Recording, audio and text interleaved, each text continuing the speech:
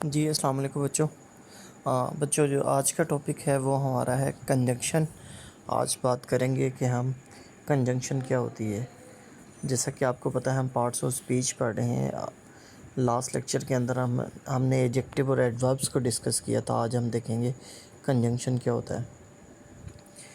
जी, conjunction basically या connecting words, ठीक है, ये कनेक्ट करते हैं। अब कनेक्ट किस चीज़ को करते हैं? वर्ड्स को करते हैं, फ्रेजेस को करते हैं, क्लॉजेस को करते हैं, और सेंटेंसेस को जो है ना, ये कनेक्ट करने के लिए जो हमें वर्ड की ज़रूरत होती है उसे हम कंजंक्शन बोलते हैं। अब इसकी कितनी टाइप्स है? इसकी जो है ना दो टाइप्स हैं जी। एक कोऑर्डिनेटिंग कंजंक्शन होती है, एक सबऑर्डिनेटिंग कंजंक्शन होती है। जो कोऑर्डिनेटिंग कंजंक्शन होती है, ये conjunctions that are used to join two independent clauses.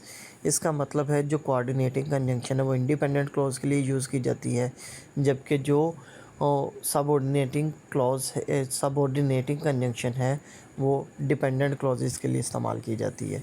जब भी हमने दो इंडिपेंडेंट क्लॉजेस को आपस में जोड़ना होता है तो हमें किसी वर्ड की ज़रूरत होती है, और उस वर्ड को हम क्या कहते हैं? Coordinate conjunction. जो कॉमन कोऑर्डिनेटिंग कंजंक्शंस हैं उसमें ये 7 जो है ना कंजंक्शंस यूज़ की जाती है, जिसे हम फ़ैन बॉयज़ के नाम से याद करते हैं। फ़ैन बॉयज़, फ़ैन का जो एफ़ है वो 4 है, जो कि रीज़न या किसी चीज़ का कॉज वगैरह बताने के लिए इस्तेमाल किया जाता है।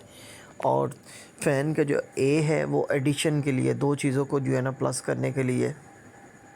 और जो एन है वो नोर के लिए, नेगेटिव इंडोर्स करने के लिए जो है ना इस्तेमाल किया जाता है। जबकि बर्ड को कंट्रास्ट, जब कंपैरिजन आ जाता है, और चॉइस के लिए दो चीज़ें होती हैं, जब उसमें से एक को सिलेक्ट करना होता है तो चॉइस का वर्ड यूज़ किया जाता है।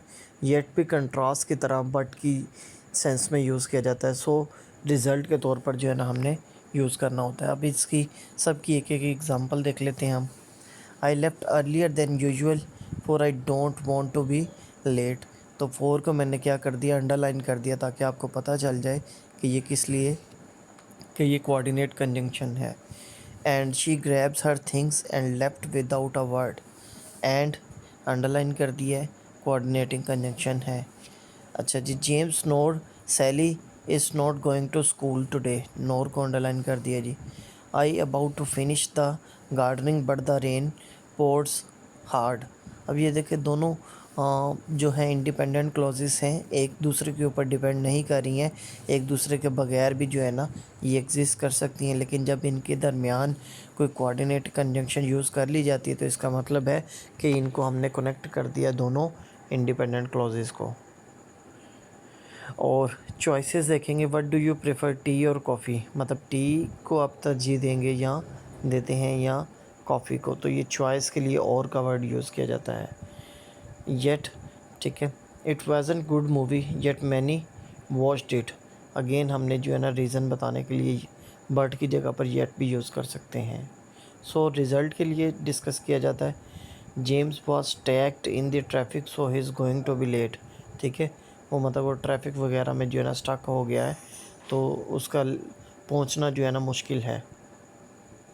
सबऑर्डिनेटिंग कंजंक्शन जो है ना use to connect an independent and dependent clauses. ठीक है, जब किसी जो है ना सेंटेंस के अंदर एक इंडिपेंडेंट क्लॉज हो और एक डिपेंडेंट क्लॉज हो, तो इंडिपेंडेंट और डिपेंडेंट क्लॉज को यूज़ करने के लिए हमें एक सबऑर्डिनेट कंजंक्शन की ज़रूरत होती है। मीन्स के कनेक्ट करना हमने इंडिपेंडेंट क्लॉज को और डिपेंडेंट क्लॉज को, और इन दोनों क्लॉज को कनेक्ट करने के लिए जिस वर्ड की ज़रूरत है वो वर्ड सबऑर्डिनेटिंग कंजंक्शन होती है। इसमें कुछ टाइम जो है ना कंजंक्शन होती है, जैसे आफ्टर, बिफोर, वंस और सिंस वगैरह के लिए। रीज़न के लिए हमें सिंस, बिकॉज और एज़ का वर्ड यूज़ करना होता है, जबकि इफ़ेक्टिवनेस चेक करने के लिए दैट का, कंडीशनल बनाने के लिए जब हम इफ़ और अनलेस वगैरह यूज़ करते हैं, जबकि कंट्रास्ट करने के लिए हम ऑल दो और वेयर एज़ का इस्तेमाल करते हैं। Since Jane was left alone since her father died years ago. ठीक है, तो टाइम जो है ना हमने टाइम कंजंक्शन का इस्तेमाल किया। अब हम इस्तेमाल करेंगे जी रिज़ल्ट का।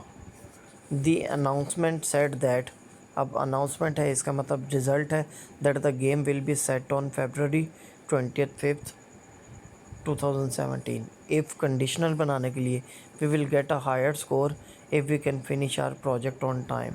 कंडीशनल के लिए